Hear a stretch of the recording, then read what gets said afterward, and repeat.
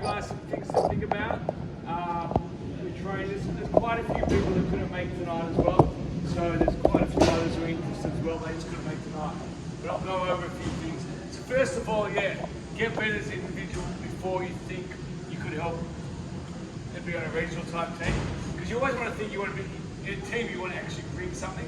So you're going to be, hey, I want to go team, I want to go team, especially as a higher brackets. But you've got to make sure you're really good before you can actually help a solid, good team.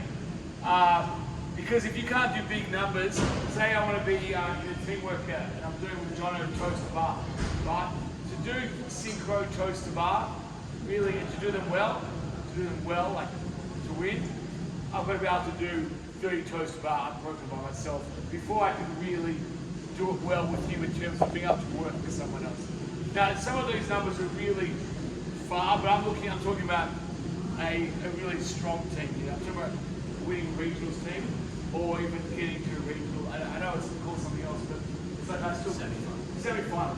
I still call my mid-morning meal reset, so I don't get over things quickly. But yeah, so you want to get those numbers up. And again, when I say that, you can back that down to you. But in terms of the top level, you want to be able to be doing unbroken, so that way I know I can go with him. It's going to be quite easy for us to get synchro. Or in terms of a waterfall workout, you guys know what that is. So that's if me, Sam, Jono, and Tom are in a workout together. I start, I'm going to do 30 wall balls. Once I pass to the next stage, Sam does 30 wall balls, and I'm doing toast to bar, whatever it is. Right? And then Jono comes in. You can only move forward once the next person moves, right? Now, if I'm doing 30 toes to bar, and that's the start of the workout, or whatever the movement is, I want to make sure I can do it in one set so the next guy can get in. Does that make sense? So that's where you need the big rep numbers for. So again, that's why you want to get better for a strong, really strong team. Doesn't mean other people can't go to other events that are beginning events too, like beginning team events as well. And your numbers will be different. Remember, you still, no matter what level you're going at, you want to be good as an individual first. We're going to go, aim to be an athlete. So I always say that no matter what sport you're going to do, you want to eat to be in the shape you can for that sport. So in CrossFit, in the sport of CrossFit, you want to be able to move it as efficiently as you can through climbing ropes, toes to bar, muscle up. So obviously always the lighter you are, for you it's going to be easier than if you're heavier. Yeah? 88? Don't be fat. Whatever it is, it's going to be your best weight. Because that doesn't mean training more, getting to the gym more, it just means trying to eat the right foods. Record everything you do and know where you're at. So most of you don't know where you're at ever, right? So when I was training, I'd know, like I think I spoke with a few guys the other day, I don't get to speak to all those guys, they get in class, but I'd know my max thrust is at 95 pounds, 115, 135, 155, 185, 205. I'd know my max power snatch is unbroken at 135. All those, whatever weight numbers, especially the ones that are sort of the major ones, I'd know, I think they have written it down, or I also usually just remember everything too, but I know that. Yeah. And I'm not going to go test you on every weight and snatch and thrust and whatever, but workouts just come up.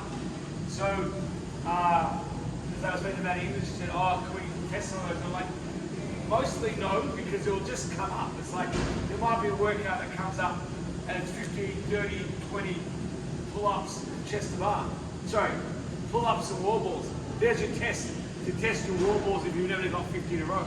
Now, you might be at 15, so let's try and get 25 in a row at 30. Or 50 might not even be, you've done that easily before. But there'll be a time where it might be 75, 100 or carrot. That's 100 wall balls. So those things will come up. You just recorded them. So for me, if I was competing with whatever, I just always know, oh shit, this is coming up today. I'm going to try and get this unbroken or whatever that day. So you can always, there's always those workouts where it will come up. Like tomorrow, one of the workouts, again, not everyone's there, but whatever movement, is a workout with 12 muscle ups. So You might not want to go for my PB if you haven't done the 12 before. That might be 4, 3, 2, whatever it is, but it's an opportunity to know your numbers.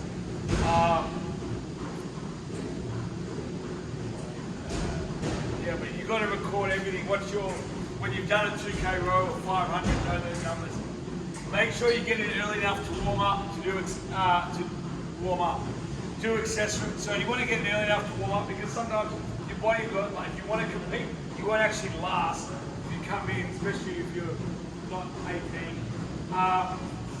If you just come in and try and snatch, right, or try and muscle up, maybe a couple of you can do that, but your body will just break down. So make sure you warm up. And again, I might give you some exercise for your hips, and they don't help you. And Sam might, John might, Touchy might, whatever it is, or you see something on social media, find what works for you to warm your hips up, get your hips ready, yeah?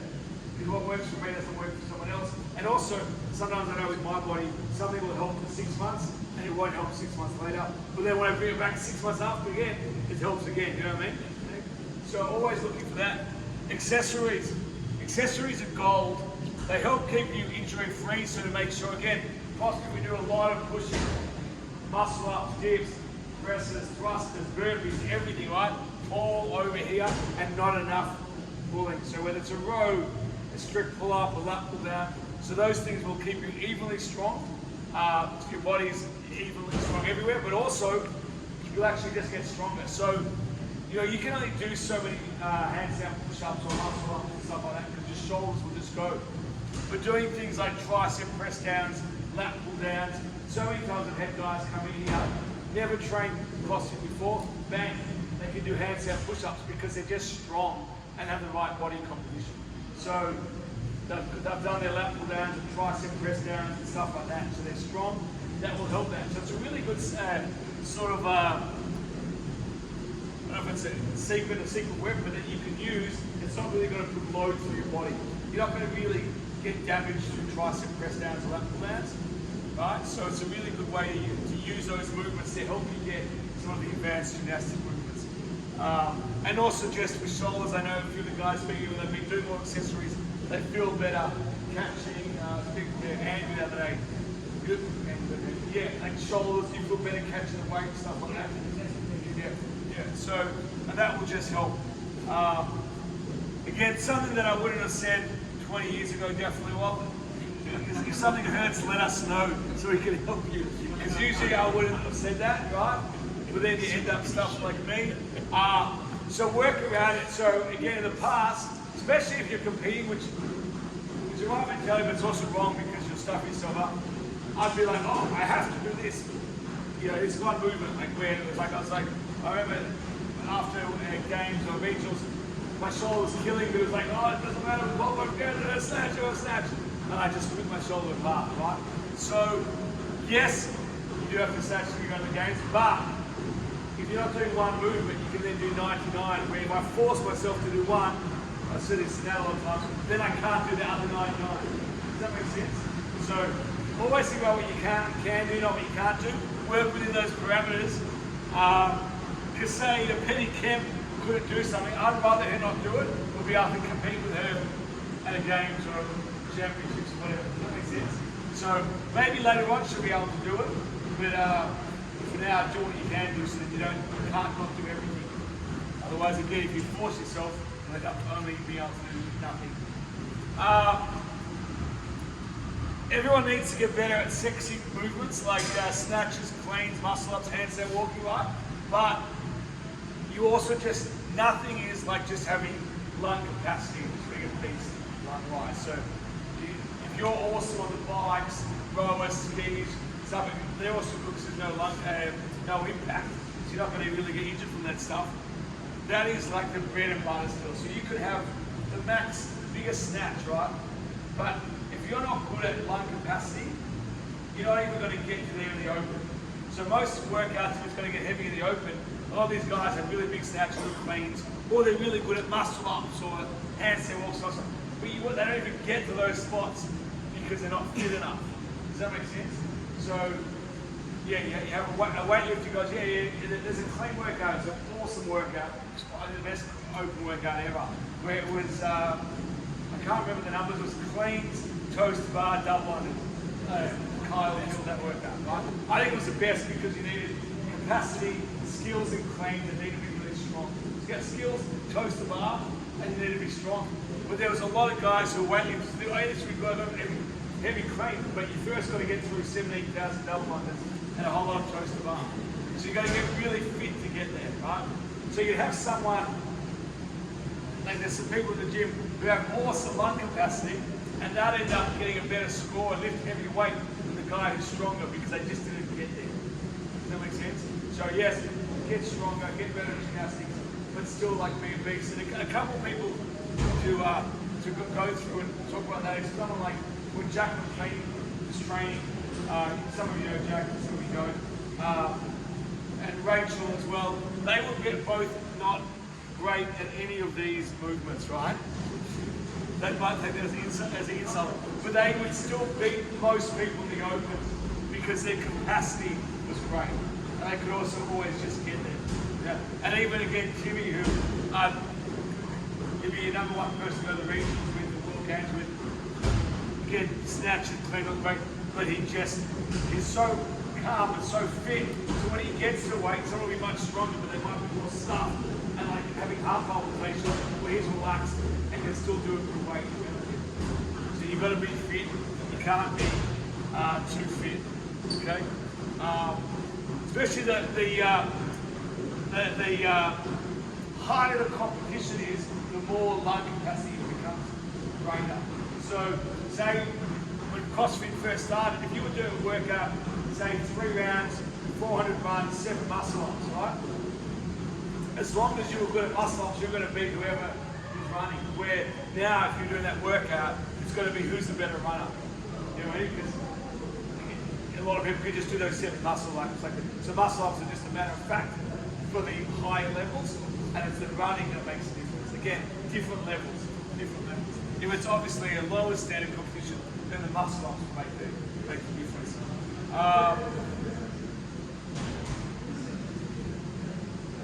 Know your PBs on every movement and weight and unbroken. So again, I sort of spoke that again. Thrusters, snatches, cleans, jerks. How many can you do at 135? John, are you doing a max jerks at 185? 185? Okay, but that's good. That's what you want to know. You know, whatever the number is irrelevant. You should know that. But also know, you know, when I'm really hard at nags. I like nags. In terms of lifting, right? But the big thing is if you want to get better at lifting or body weight stuff, it's standards. So I always tell people, say you can jerk 60 kilos, snatch 60 kilos, right? And you go, oh, I'll put on 62 and a half, 65, and it goes to shit, right?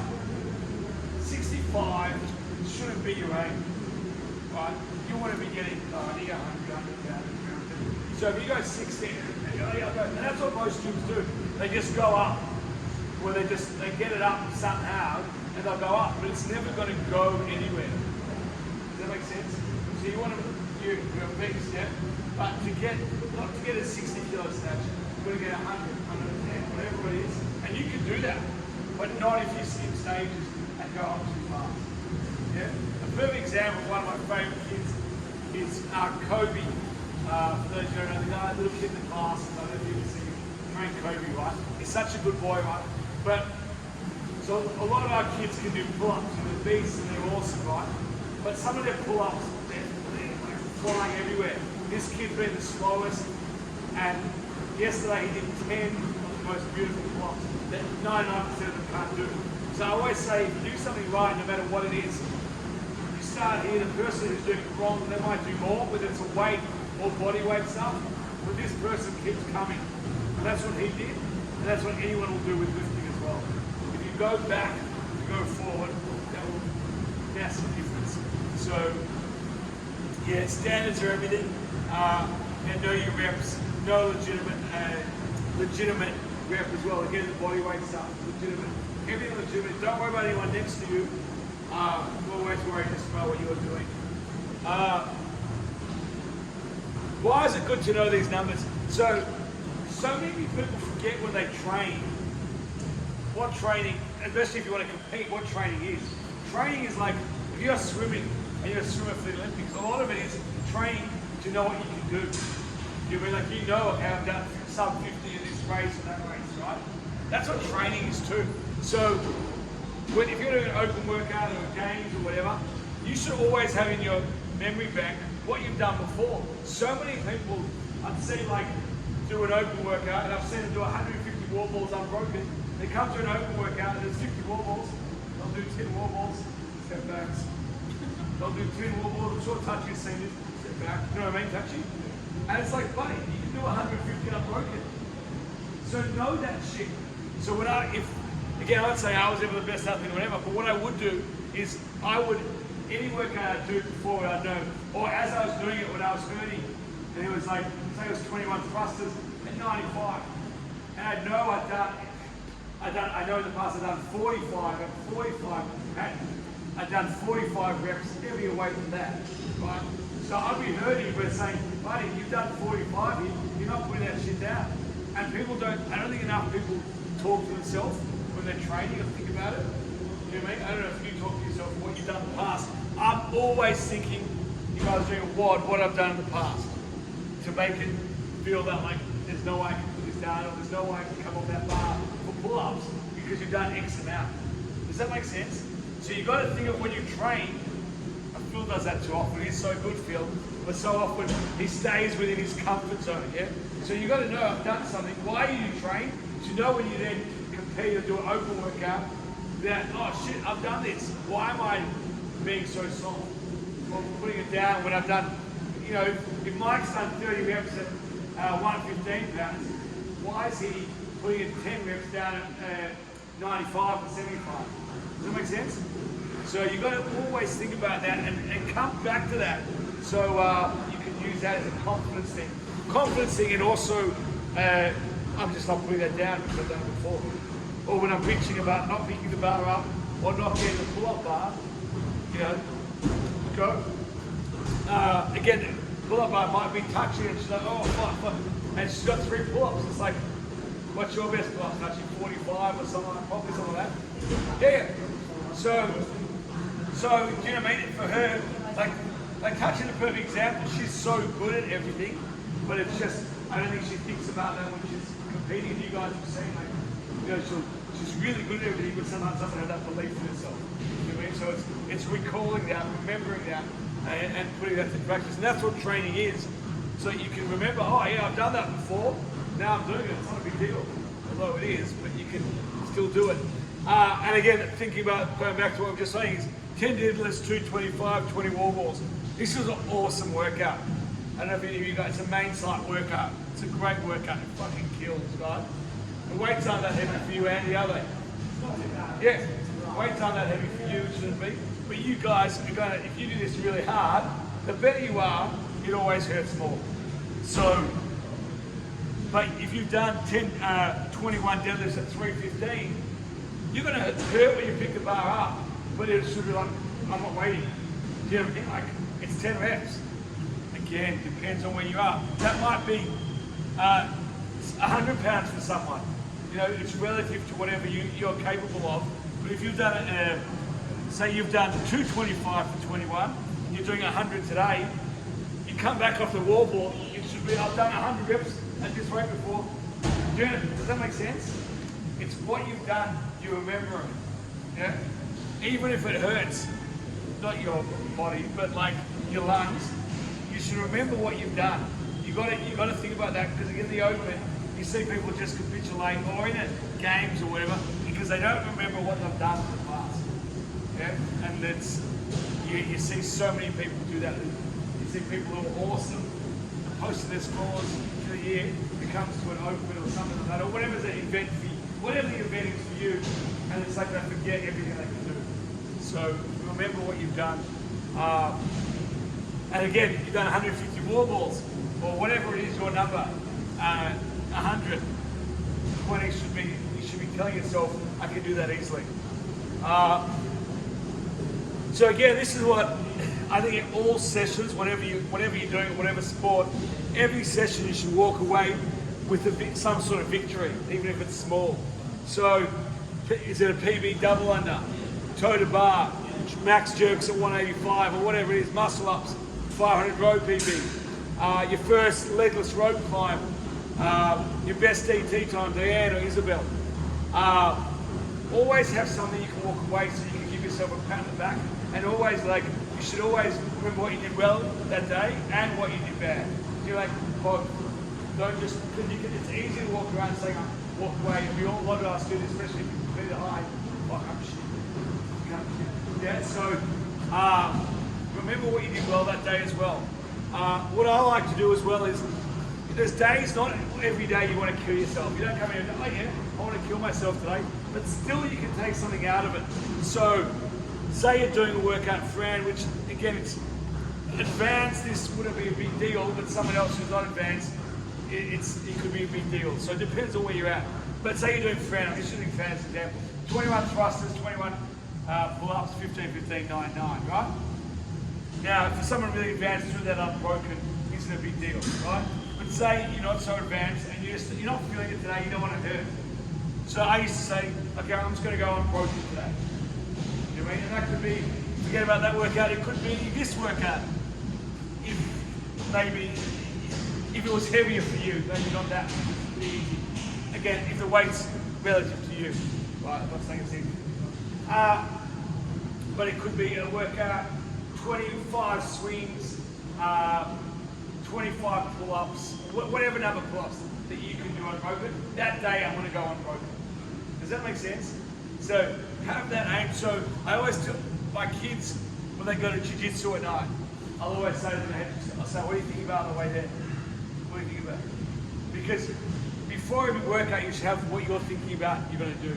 So I say to them, okay, what do you think? What position do you want to get? What moves do you want to find? So again, Mike, what do you want to achieve from today's session? You know what I mean? Or you've had a shit day, work, sleeping, you know, you're breastfeeding, whatever it is. No, don't walk in without some aim. Even if it's a shit day, have some aim what you want to take out of it. I would never, ever train and not have some aim, even if it's a bad day. Okay? Is it unbroken? Is it, I don't know, whatever it is for you, max number of something. But have an aim. Don't just ever go to the gym and look at the, want to go, yeah, I want to snatch that. What's your aim? Where do you want to snatch to? Where do you want to go? What's your aim for the workout? Always have aims. Think about it before you get in. Does that make sense? I want to just go through tomorrow's session. Yeah.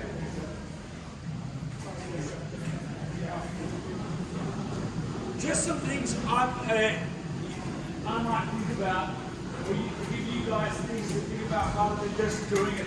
Again, a lot of you guys will know this stuff. Okay, so this is an AM. So you got 20 cal or 15 cal road bike, 10 bar facing burpees. So you could do this in multiple ways, but one way you could do it is just go hell for leather, right?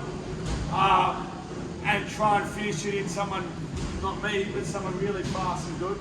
You might do it in under a minute each round, which will kill, right?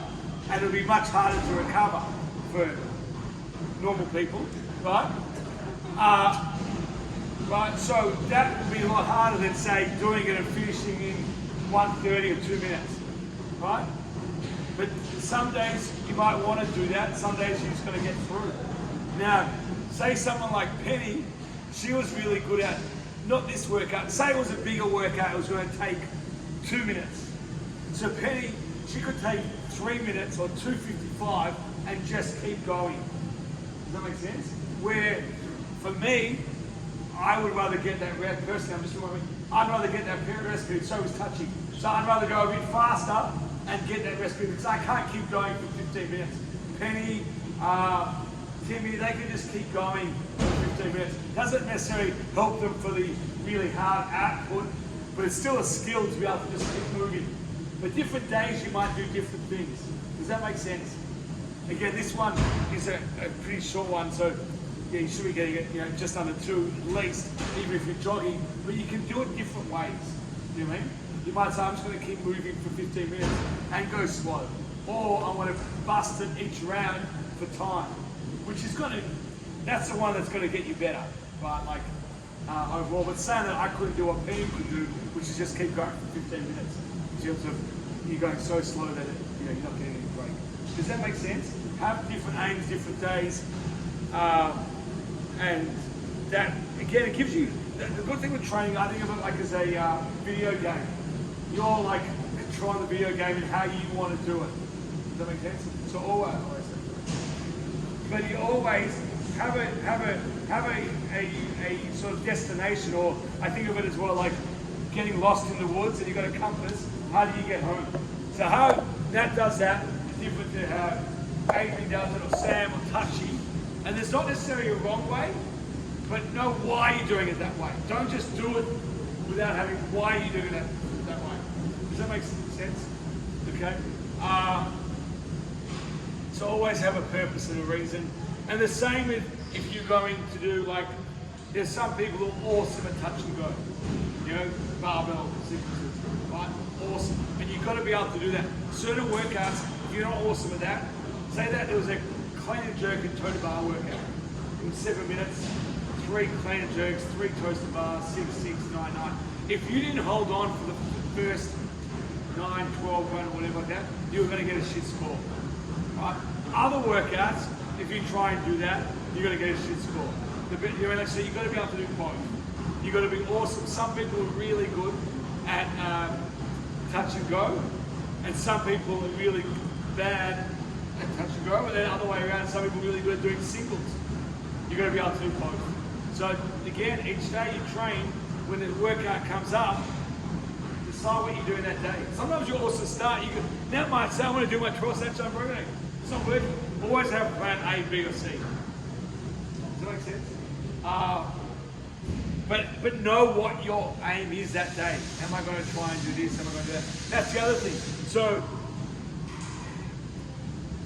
for me, and this could be anyone, I like to do big sets because I thought if I was going to put it down, I was going to rest no matter what. Whether it was a small one or a big one, so I might as well get it out of the way. I think touch will probably be the same. So I might as well do a big set so I can get my big rest. But when I was training to get better, I should have done more singles as well to get better at that. Because you sometimes can't do touch and go because the workout is too rippy and will stuff you up. So you want to be able to do both. And different days you should try different methods. Does that make sense? And I'd sometimes see, like I know one of our athletes was awesome. He was awesome at touch and go, and then he became awesome at singles, and he was terrible at touch and go, and it hurt him in a regional workout. So you need both. Yeah? It's looking at it and how you're going to get through. Then this workout, so you got 12 snatches, 12, 10 muscle ups, big muscle ups, handstand walk, all that sort of stuff. Again, you want to look at how's the best way to get through. For most people in this workout, it's going to be probably singles, right? So your grip's not so gone on the muscle ups. But it doesn't mean for a change you can't go touch and go. Stuff your grip up to make the muscle ups harder. That makes sense? Again, always have a reason why you're doing something. And always think about you, like, say you're doing a strict workout, you want to get stronger. I see people and they're looking at, they're like, oh shit, they're going, oh shit. Like, I would never, if I'm doing a strict bodyweight workout, my form's going to be different to Mike's, right? So I wouldn't really care about my time in that, like, I want to go my time, but it's going to be different. Also, Andrew's, if we're doing strict pull-ups, strict handstand push-ups, Andrew's range of motion is obviously going to be, 2 of my pull-ups are like 0.25 of his, yeah? So I just got to really compare myself. And that's where things also, where you want to sometimes compare yourself and sometimes not. I don't even write this down, but also different workouts. So there's workouts you'll do, that Touchy will do, and it's her wheelhouse. It might be a snatch muscle up workout. She gets it done and she did that. I'm ready to go, yeah? Go helpful leather. And then there's workouts where you just shit, like we'll move it shit. So call your jets and just work your way through it. Does that understand that? So, yeah, there's workouts where Touchy will be able to go with the best of the problem. There's other workouts she just has to all the way through it. It's better to slow down and do it right so she can get better long term. Yeah? I didn't write this stuff, but just things to think about. Same as I always love when I'm doing a workout, knowing my rest periods. So if there was a workout, thrusters, pull-ups, whatever workout that is, where it climbs, whatever, right? So at the beginning, I might have, and I'm saying me, but it could be anyone, whoever it is, you might be doing big sets, so you're giving yourself bigger rest periods. You know what I mean? But then the last minute of the workout, you're only doing 3 reps or 2 reps or 5 reps, whatever's small for you. Then I might give myself 5-second rests. Does that make sense? So you're changing it as your workout changes. So at the beginning, Sammy's doing a workout, he's doing 30, 20, 15 pull-ups, whatever, feeling great. But that last minute when he's got it busted, he's giving himself maybe 15, 20, whatever it is, rest periods, use a clock, and then give yourself 5 all of a sudden. You know what I mean? Some people change that too quickly, and they don't use a clock. I always like to use a clock because some people, they're doing a workout, they go, okay, I want to give 20-second rest period between my little mini sets. They're actually giving themselves 3 seconds. You know when you see those people, they jump up and they jump straight back. It's like too fast. You know what I'm talking about? You know what I'm talking about? So you want to know, and some people again, they're giving themselves too rest, or they've gone to the bar too quickly. And once you fuck up, it actually costs you more. So I like using the rest, using the timer. Again, different weights, different movements. You might always be able to do a chest to bar, but you can't always do a muscle up. So you want to make sure when you're ready, you can. But again, using that clock, because sometimes someone thinks, oh yeah, I'm having 10 seconds rest, touching, it's been 3 minutes. Do you know what I mean? Like, so using the clock, and also by using a clock, I know I'm just going on about this stuff, but it's important. But by using it, there's so much stuff I don't get to tell you guys using. By using a clock as well, I used to find I wasn't as tired or stuffed in the workout because I was so fixated on my plan. So if you've got a plan, you don't have time to be like, because you're like, oh, I've got to go, I've got to, so it really actually keeps you calm because you're following a plan. So do that. And again, you can do that in any workout, Condition X, you can do it in CrossFit, but you've got to just think about it. Don't just expect it to happen. Is it more about? What was that? Okay, yeah. So back to you got at the end tomorrow. You got 2-minute back squats. So you might see where you want to try and finish. Have an aim with that. What you also want to aim for today.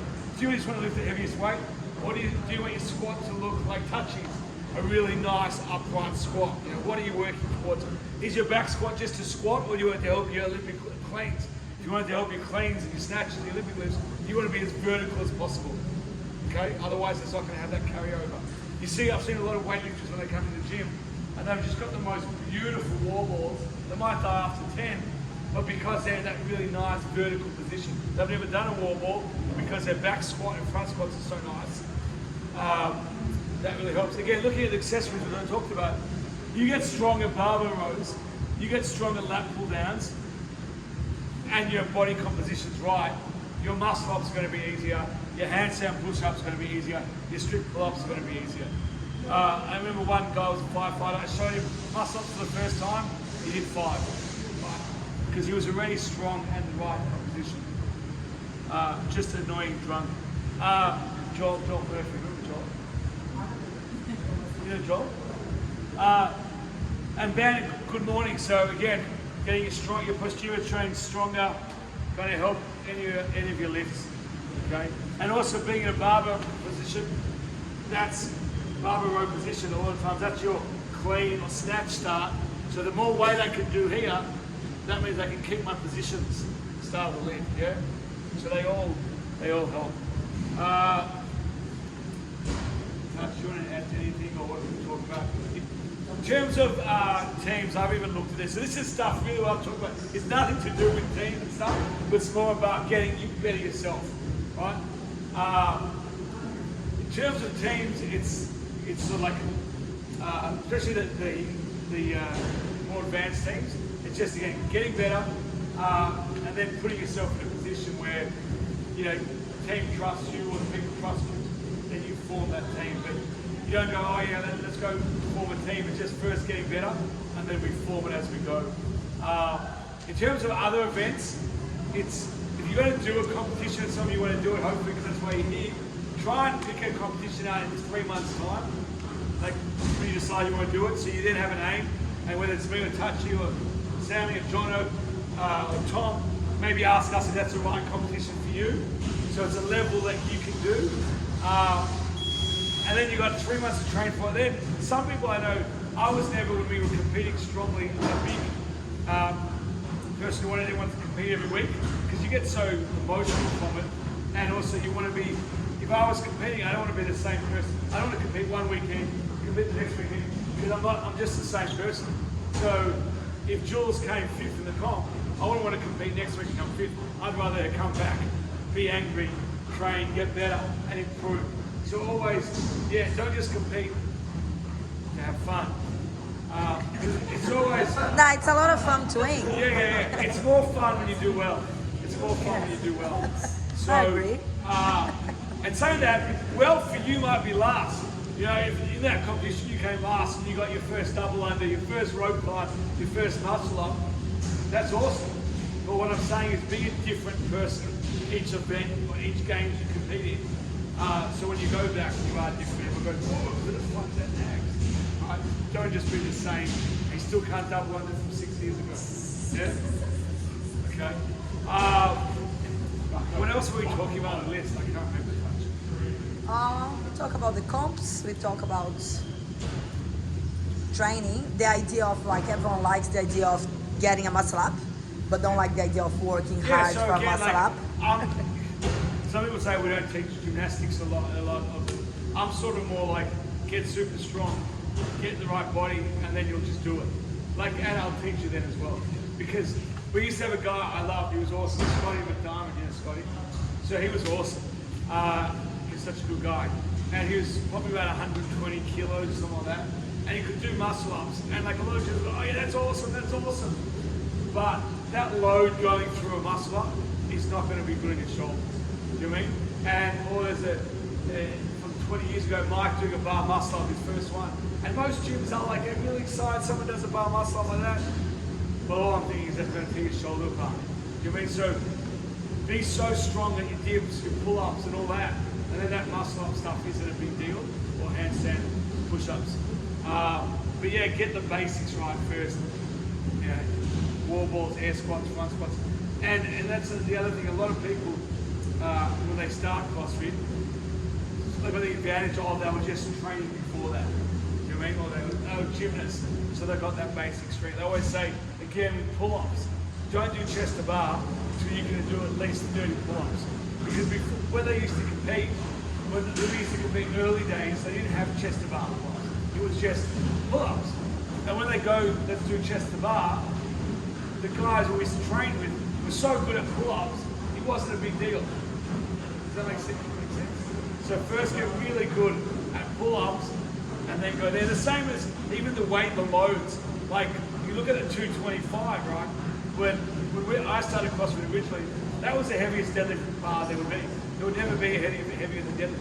So everyone did months and years of just getting, even if they could deadlift massive weights, they were wanting at 225 for so long, they became so good at that. Thrusters as well. You know, you have guys who want to do 65 really early or something like that, or 60 kilos or 70 kilos, whatever. But for so long, all we did was 40 kilos, 42 and a half, and you were just beasts at that. So when you went up, it wasn't a big deal. Yeah, so the basics always win, and the open, the basics, it's usually light, it's usually better. That's why I always say, now when you get better at that, now when you get better at that. And then you become a beast at that, and then everything else is easier. The other things we're going to talk about I was talking more about the mindset, what to think about, having ideas when you come in, recording things, trying to keep healthy, whether it's eating accessories or warming up, game plans, recording things, knowing things, because again, most of you, I don't think would know most of your numbers. If I was doing it, I'd put it in my notes in my phone. Just an easy place, but we used to have, I used to actually have a book, and I'd write down, I don't know if you were there when I used to do that. Laura is still writing down. because I didn't trust Laura's anyone. to do it. So I'd write down Jono's 3-rep squat, Sam's, Touchy's. I'd write, in my little book, I'd walk around, what'd you get? What'd you get? I just didn't trust him. And there's reason, it's true. Do you remember that, Amy? I'd write down everyone's. Yeah, I think that's it. Any questions or anything I didn't mention? Jono, Touchy, Sammy, if you want to mention anything. Oh, now someone who's experienced. If you've got any questions to ask me or say anything you want to add to it, let me know. I really like what you were talking about there, like learning your rest in the workout, where to go hard and when to go hard. Like if you look at the workout on the other side of the ball, when I started getting into or wanting to compete, I was blessed that I was training mixed and just do everything unbroken all the time. And I saw that and I was like, oh, that's what I need to do. And then I tried it and I was shit. Why am I so shit? And then he's like, well, you've got to go to your capacity. So if we look at that workout on the board there, you've got 12 snatches, 12 muscle ups, and then a 30-meter handstand walk. That's nearly half of the workout just in the first round. So if we look at that, if I was to look at that, I'd say, okay, well, the first round of snatches, even for all of the snatches, I'd probably do them in singles because when you get to 3 at 215, you're probably not going to do 3 unbroken at 215 anyway.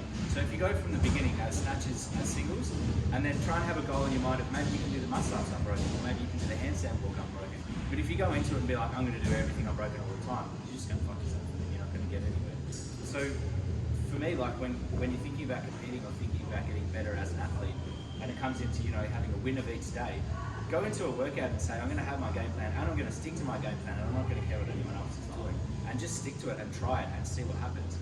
And for me, if I was to do that workout as I stuck to my game plan, which is singles on the snatches and try and do maybe the muscle ups or the handstand walking unbroken, I'd be stoked at the end of it because I'd be like, I did it. I felt like I could achieve something. But if you go into it and be like, I'm just going to try and keep up with everyone and beat everyone else, you walk away and you kind of didn't learn anything. What am I supposed to take away from this, or how are you going to get better if you're not actually learning? So that's probably all I know. Yeah. Just what he says is a good point as well. Just let me go back to this workout. So say I'm doing a workout now, 10 deadlifts, 20 wall balls, 30 pull-ups, 10 pull-ups, whatever it is, what you said. Always know your strengths and weaknesses, where you're going to go and where you need to rest. So say I was bad at pull-ups. I'm like, okay, you know what?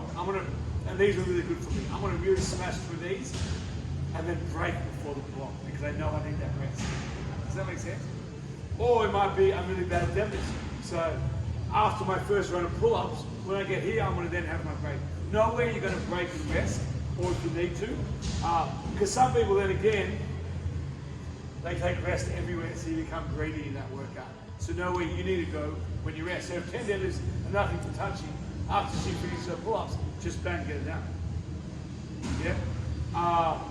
So always know that part as well. Where you're going to work, where you're going to rest, where you're going to go hard. That helps also design how you're going to do it. So always have that part, think about that. And again, the harder the workout is, the better you are, the worse it's going to be. Yeah? If you're good at something, it's going to suck. Yeah? So that's a good workout for you, Jules. That should hurt more than Fran will hurt. Make sense? So I was always, and most people in here, I was the same, always scared of what you're good at.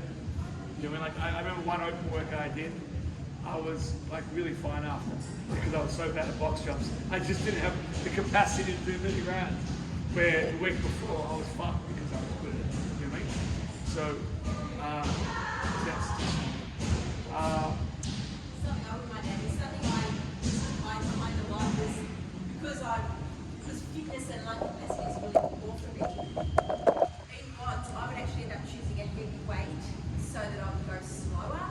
And I tell myself that I was just doing it was the right thing to do to get stronger. But actually, that was easier than what I should have been doing, was pulling the weight back because I was losing the stimulus, the intense stimulus to work out. So I'm trying to do that anymore. and I do that by doing touch and go. Because I'm like, oh yeah, I'm better at this, but I just knew if I did singles would hurt me more. So but it's something you didn't work out. I also made this list. Should we give this to people? I'm gonna stick one list on that whiteboard so there. I put this There's list always up. there. Well, I didn't talk about this. So I put this up right. It's just to give you an idea. It's not like set in stone of things, but it just gives you things to work work towards to get sort of a good level. Some of these things not everyone will ever do, but it just gives you an aim. So this is to be like a good standard, competitive. And if you're not doing these numbers, but say I've got 100 burpees to 6-inch target in 7 minutes. If you're doing 75, you're still bloody fit. You know what I mean? You're still really good. It's not that you're bad. So I've got 30 thrusters unbroken at 95, right? Now anyone who's been to regionals, old regional today, because today I feel like anyone can go. Old regionals, that should be pretty comfortable, okay? So that's 42.5 kilos and 30 kilos, right? I've got 50 war balls. Again, that should be pretty comfortable if you're at that standard. These are all awesome, but it's a really good gauge to get to a decent, if you're doing that, you're really, really fit, all these numbers.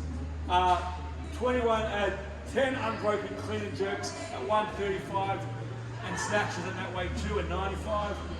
21 unbroken deadlifts at 125 kilos or 84 kilos for the girls. A squat snatch at 84 kilos, a clean and jerk or what is that? 84, what's that one for the girls? 70, is that 17? No. What's the pounds? For the girls around 125. 55, 57. 100 burpees to 6-inch target. Again, not a sexy thing, but it's lung capacity. 30 pull-ups unbroken, 15 toes to bar, 5 muscle-ups, 3 for the girls, 10 or 7 strict handstand push-ups, 10 pistols. When I say 10 pistols, it's basically saying you can do pistols. Right? 10-meter handstand walk, 1 legless rope climb, every minute on the minute times 3. Then row times, 135 males, 150 females, 2,720, 750. Fran, 330. Isabel, 4 minutes. Grace, 3. It's just to give you some targets, right?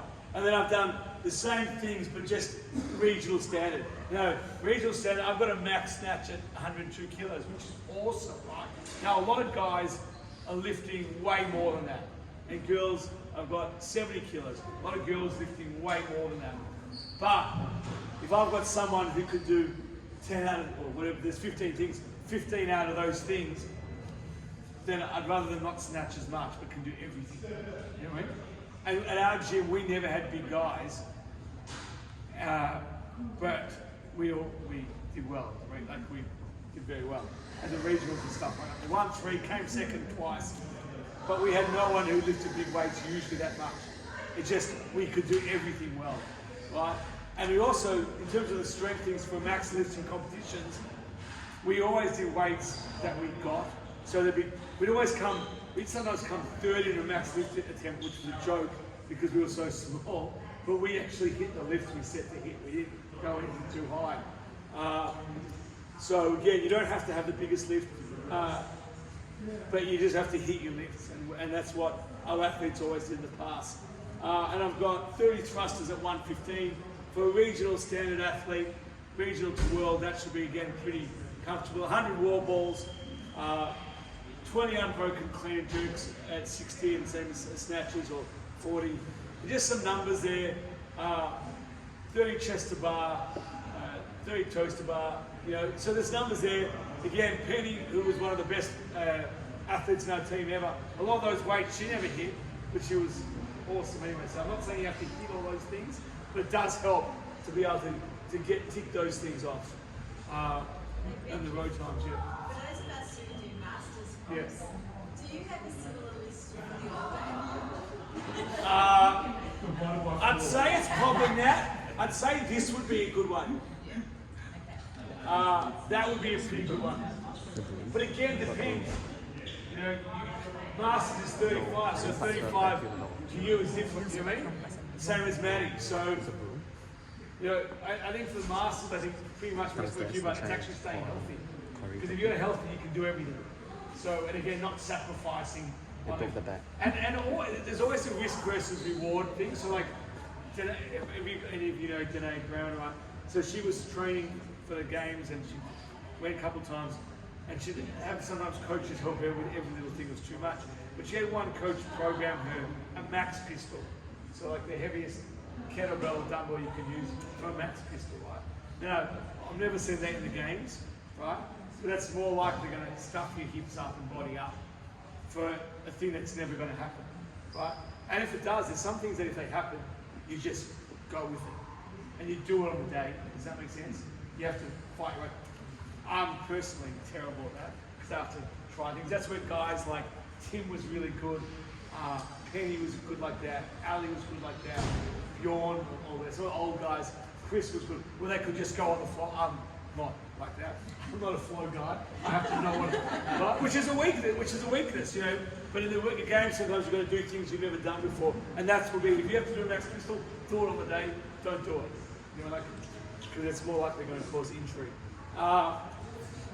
And then over here, some things you should know. Yeah, I've done the lifts, max unbroken wall balls, keeping handstands, strict handstands, bar muscle-ups, ring muscle-ups, toaster bar, pull-ups, unbroken chest bar. And I know there's a lot of you guys who can't do all of that thing. Don't think it doesn't apply to you.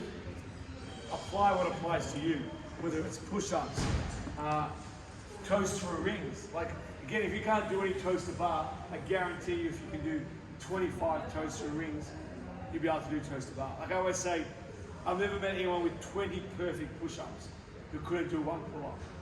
So they have no muscle the same. One's working the front, one's working the back. But if you've got amazing push-ups, you'll be able to do pull-ups. Yeah. I think that's it. Any other questions or anything like that? I want to just add one thing to follow the standards, like when training. Yeah. Especially thinking about competing, always go below parallel. If you're doing lunges, handstand walks, make sure you pass the line that you have to pass. Don't start like cheating, because when you get in competitions, you just do and you don't even realize, and that's when you get no rep and you have to do it again and you're tired. So just follow the standards. Don't worry if the person next to you it's not, but like you should be moving well and with the standards. You should know the standards. And bench is very tough on it. And that's why like when we did World Comps, we always do well because we didn't have to retrain. So just again, yeah, always standard, because it also gets you stronger. I always say, I was talking to Pav, I think it was Pav the other day, the good-looking guy over there. that's Tom. So he was doing dips. He started doing dips the other day, right? Just quickly. This is any movement, and he was doing these half rep shitty dips. Pav was doing half rep shitty dips. Pav, right? And then I got him to calm the farm, and we went, okay, we're going to do full dips. I don't care if you do 2 reps or 3 reps. He went full dips, beautiful, all the way up. He did more than he was doing half. So I always say that's another thing is, you find me the world record holder, right, of dips or pull-ups or whatever the movement, and they'll do a full range of movement. Someone can say, okay, I'm going to beat you, and I'll do only half reps. They won't beat them. Whoever does full range will always be stronger than someone cheating with half as well. So, yeah, and there's more carryover. Yeah, if you have the movement. Yeah. Anything else to touch? No, that's all good. But again, yeah, these are just some standards. If you want, you make these for them. No, but I can. Oh, I have 3 copies, but I can print more if needs. Or you take a photo or post it or leave it up here. Yeah. But just to give you some aims, there's this really good thing. I don't know if Annette would have seen it in the past, Amy would have seen it. It was this 4-level thing from a gym in Seattle, and it had all these standards. I probably got it in my office still. Do you know, grab it? And it was just all touch leave my keys. Oh, it's on the office. But it had 4 different levels of things like that. Do you remember those? And it had like level 3, level 2, level 4, and all like running distance times, rowing times, push-up things, and it just gives you something cool to aim for along the way. Like, yeah, that's a similar thing. Having those aims rather than just all day, oh, I've got to do, I know friends up there, I've got a big fan, I've got a big fan. It's like doing this unbroken, doing that, having 100 wall balls or 50 wall balls, 150 wall balls. Can I touch the wall? Yeah. So this is years ago.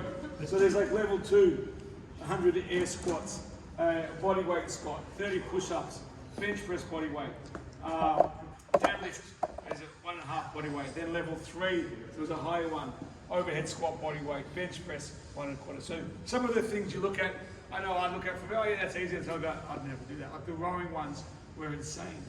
Yeah, there's like 2 minutes L sit, isn't it? Yeah, 1 minute. Oh, is it 1 minute? Yeah, that I like. But That's what's insane. the row one? 6K under 20. It was like, I think it was like, that's on level 3. But on the level 4, the row times were insane. So again, just cool little things for you to play with in your training. And that's what you want to make training fun by having little goals along the way and recording things and knowing what you're aiming that day. That's the beginner's one. I don't know if you can do anything. Foundation class for you, Anyway, Mike. yes.